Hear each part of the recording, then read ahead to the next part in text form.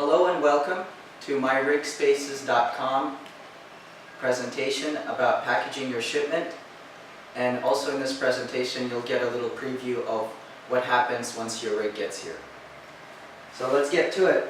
Here's a customer from California, and he packaged his items very well, so we would like to thank him for doing that.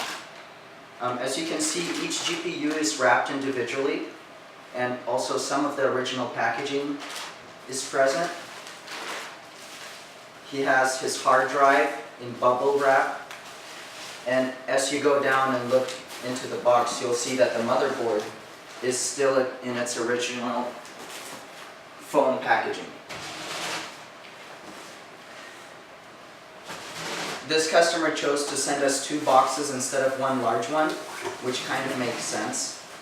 In both of the packages, he had like a master list of parts that he sent, and also as a bonus, he put in his name, his email address, and his phone number. That's pretty neat because we'll hold on to this card, even though we'll have a card of our own to make.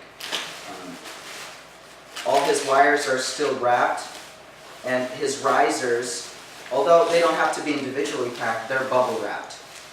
That helps to ensure that the package will arrive not being damaged. So, we also had another package come in today, but it's too big for this tabletop, so we have it out in another room. A little piece I'd like you to know about is a kilowatt meter that we use.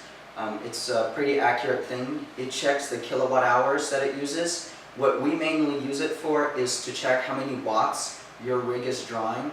So from there we can make an estimate on your power usage. And we try to check once every 10 days or something like that. That's our plan. Let's see. So we'd like you to include a list of parts that you sent.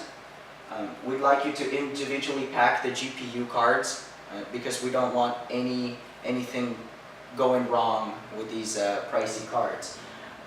And also, if you want to leave some of the parts attached to the motherboard, what we'd like to see is the RAM attached to the motherboard and the CPU itself with a fan attached to the motherboard. If you have an on and off switch that's detachable, you can leave that attached too. What you don't want to leave attached, or we prefer you not to, is the CPU plug, that 8-pin plug. Obviously, all the other cords should be unattached to from the power unit. Alright, what happens when we get the shipment is we check to make sure that all the parts that you sent us are present. We inspect the parts for damage. At this point, we also label the parts, and we finally mount them to a frame. One note about inspecting for damage, I thought this would never happen, but we have risers or power cords that come in a little damaged, and we verify with our customer right away to make sure that that you are aware of this and whether it's damage worthy enough to pause the process to get new parts, or for us to continue with the part that's not in its best condition. So over here we have a rig that was recently assembled. This is a 6-card setup with 280 sapphires on it. This rig has not been labeled yet because this rig was assembled for somebody who invested without buying any of the parts himself. We're actually making the rig for him, so it's kind of a one-of-a-kind customer. But over here we have a little testing station, and it's like that all throughout this facility. This is an ASIC miner. It's already been labeled, and we're just testing it for a couple of days before we move it to the warehouse where we can't access it on a minute-to-minute basis. Also over here we have a 3 GPU rig that's being tested. Sometimes it's working great, sometimes it's not, so we're still making sure it works fine.